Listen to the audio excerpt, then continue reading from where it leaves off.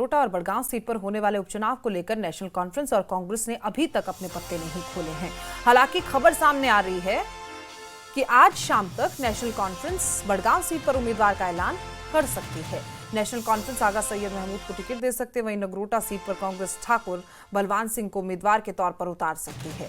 Nagrota seat पर उमर अब्दुल्ला ने कांग्रेस को समर्थन का ऐलान किया। बता दें कि कल उपचुनाव के लिए नामांकन का आखिरी दिन है और राज्यसभा सीट को लेकर आई खटास को लेकर दोनों पार्टियों ने उपचुनाव में उम्मीदवार देने में देरी कर दी है। बीजेपी दोनों सीटों पर पहले ही उम्मीदवारों के ऐलान कर चुकी है। लगातार चुनाव प्रचार भारतीय जनता पार्टी की तरफ से किया जा रहा है। नगरोटा की बात कीजिए, बड़गांव की बात कीजिए, हालांकि जो तस्वीरें सामने आई थी पिछली बार नगरोटा से तो भारतीय जनता पार्टी ने ही जीत दर्ज की थी। दिवंगत देवेंद्र राणा उस वक्त वहां से जीते थे और उनके मृत्यु के बाद अब एक बार फिर से उन्हीं की बेटी देवयानी राणा को वहां से टिकट दिया गया है। हालांकि माहौल नगरोटा से भारतीय जनता पार्टी के पक्ष में है। वहीं बड़गांव की अगर बात करें तो बड़गांव सीट पर जो मुकाबला है वो सीधे तौर पर एनसी और पीडीपी के बीच में है। बड़गांव सीट पर पिछली बार एनसी ने जीत दर्ज की थी। खुद मुख्यमंत्री उमर अब्दुल्ला वहां से चुने गए थे और गांधरबल से भी उन्होंने चुनाव लड़ा था और फिर उन्होंने वो सीट रिटेन की और बड़गांव को छोड़ दिया, जिसके चलते वहां पर भी उपचुनाव हो रहे हैं। अभी 2 सीटें हैं। दोनों सीटों को लेकर भारतीय जनता पार्टी की तरफ से तो उम्मीदवारों का प्रत्याशियों का ऐलान कर दिया गया है, लेकिन एनसी और कांग्रेस, चाहे वो राज्यसभा चुनाव थे, चाहे वो बड़गांव के और नगरोटा के उपचुनाव है, दोनों पर क्योंकि गठबंधन में जम्मू कश्मीर में दोनों की सरकार है, पेच फंसा हुआ नजर आ रहा है।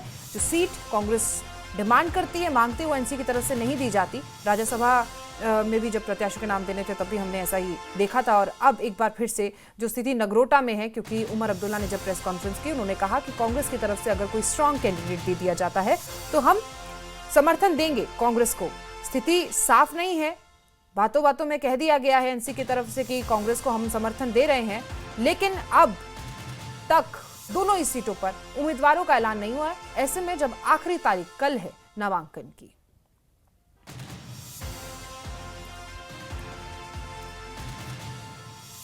और इसी खबर पर हमारे सहयोगी राजन वैद जम्मू से हमारे साथ लगातार जुड़े हुए हैं। राजन, देखिए कल आखिरी दिन है और क्या करेंगे ऐसे में? अभी तक नाम नहीं दिया गया, ऐसी सीट पर भी नहीं दिया गया। बड़गांव से तो साफ थी स्थिति की एनसी ही चुनाव लड़ रही है, क्या कहेंगे?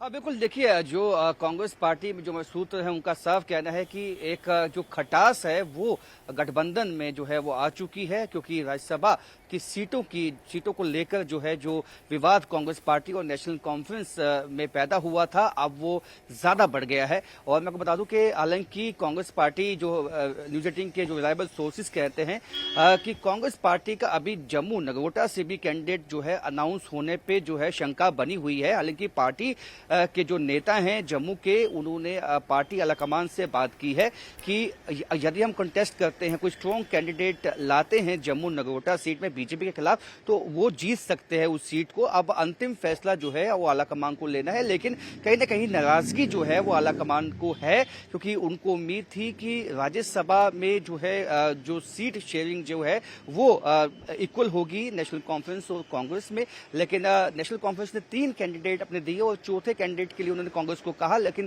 कांग्रेस पार्टी ने तब कहा कि ये जो सीट है वो सेफ सीट नहीं है और कांग्रेस पार्टी को सेफ सीट नहीं दी गई। उसके बाद जो है एक गुस्सा जो है वो कांग्रेस पार्टी के नेताओं में देखा गया और जो वक्तन जो है उन्होंने अपने बयानों में भी बताया। और ऐसे में बता दूं कि कांग्रेस पार्टी के बलवान सिंह जो है उनका नाम तो है चर्चा में, लेकिन अभी शंका इस बात पे बनी हुई है क्या कांग्रेस पार्टी चाहती है ये कंटेस्ट करना, कांग्रेस ये जो नगरोटा सीट है उससे कंटेस्ट करना चाहेगी। हालांकि जो दबाव है यहाँ की लीडरशिप ने बनाया हुआ है कांग्रेस पार्टी के जो सेंट्रल लीडरशिप है उन पे, और जो है अभी भी उनकी जो चर्चा है इस वक्त हो रही है और देर रात को जो है ये किसी नाम की घोषणा हो सकती है, क्योंकि अंतिम तिथि जो है वो नामांकन दर्ज करवाने की वो कल है। और यदि आज कोई नाम नहीं आता है तो ये साफ हो जाता है कि जो खटास रिश्तों में आई नेशनल कॉन्फ्रेंस और कांग्रेस के, उसका इम्पैक्ट राज्यसभा चुनावों में भी आएगा और उसका इम्पैक्ट जो है इन चुनावों पे भी जो जाहिर तौर पर आप ठीक कह रहे हैं राजन। देखिए हमने आपसे जाना और आपने भी बताया आखिरी तारीख तो कल है,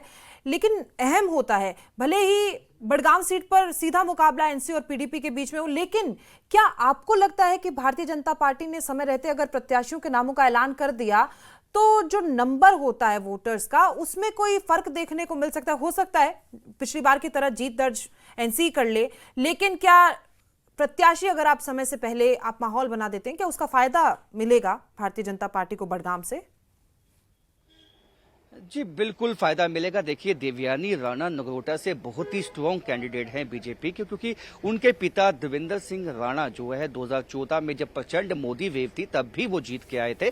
उसके बाद 2000 जब वापस इलेक्शन हुए 2024 में, तो उन्होंने वापस 30,000 से ज्यादा की बढ़त ली। तो कहीं ना कहीं उनका एक अपना प्रभाव जो है वो इलाके में है, जिसका फायदा देवयानी राणा को मिलेगा। और उसके बाद जिस तरह से शंका बनी हुई है कांग्रेस पार्टी में कि कैंडिडेट्स के नाम को लेकर और क्या कैंडिडेट्स वो है उसका नाम अनाउंसमेंट होगा भी या नहीं होगा, इस पे भी अभी शंका बनी हुई है। इससे कहीं ना कहीं वोटर जो है वो कंफ्यूज होता है। वोटर को लगता है कि कांग्रेस पार्टी जो है शायद डिसाइड नहीं कर पा रही है, या कैंडिडेट का चयन जो है, कैंडिडेट का नाम उनको शायद कहीं ऐसा लगता है कि कौन सा स्ट्रॉन्ग कैंडिडेट वो मैदान में लेके आए। ऐसे कई शंकाएं जो है वो वोटर के दिमाग में पैदा होती है। और जाहिर सी बात है, इसका फायदा जो पार्टी पहले नाम घोषणा करती है, क्योंकि देवयानी राणा ने ग्राउंड पे जाके पहले से ही, लगभग 1-2 महीने पहले से ही अपना काम की शुरुआत करती थी। और जब से नाम की घोषणा हुई है तब से लगातार वो अपने इलाके में विजिट कर रही हैं, लोगों से बातचीत करना, लोगों से मिलना, तो इसका फायदा होता है। और अब जो कांग्रेस और नेशनल कॉन्फ्रेंस के रिश्तों के बीच में खटास आई है,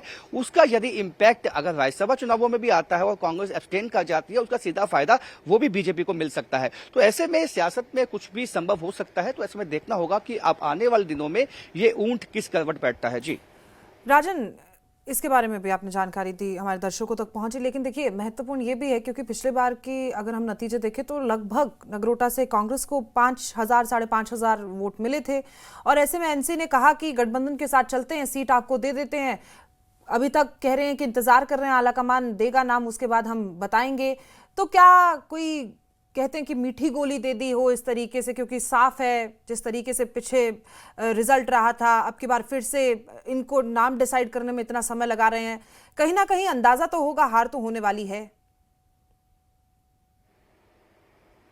जी देखिए, हालांकि कांग्रेस पार्टी की तरफ से, जैसे मैंने पहले कहा, बलवान सिंह उनके एक नेता हैं, दिग्गज नेता हैं, उनका नाम की चर्चा है। लेकिन यदि पार्टी फैसला लेती है, क्योंकि अभी जो हमारे जो सूत्रों से बात हुई है कांग्रेस में, अभी पार्टी ने यही डिसाइड नहीं किया है कि क्या वो बाय पोल सिलेक्शन में नगरोटा या बड़गाम सीट से कैंडिडेट की घोषणा करेगी भी या नहीं करेगी। क्योंकि जो रिश्तों में खटास नेशनल कॉन्फ्रेंस के साथ आई है, उसका जो इम्पैक्ट है, उसका जो अभी भी पार्टी में दिखाई दे रहा है। और जो ये है, तभी मैं कह रहा हूं कि अभी कांग्रेस पार्टी यदि रात को अगर कैंडिडेट की घोषणा भी करती है और कल नामांकन की अंतिम तिथि है, तो इसका इम्पैक्ट कैंडिडेट पे आता है। कैंडिडेट को उतना वक्त नहीं मिल पाता है, अपने लोगों को इकट्ठा करने में वक्त नहीं मिल पाता है।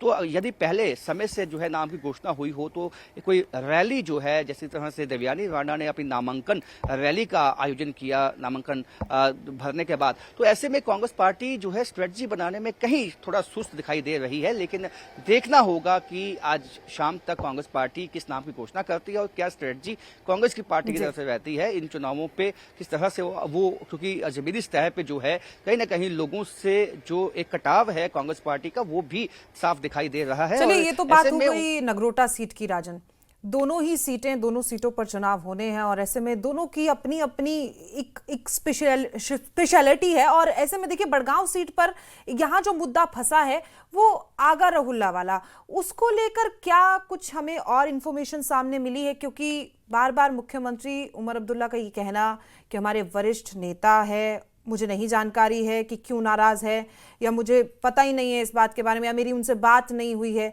ये भी कहीं ना कहीं इनका नंबर खराब करने के लिए सामने मानी जा रही है वजह।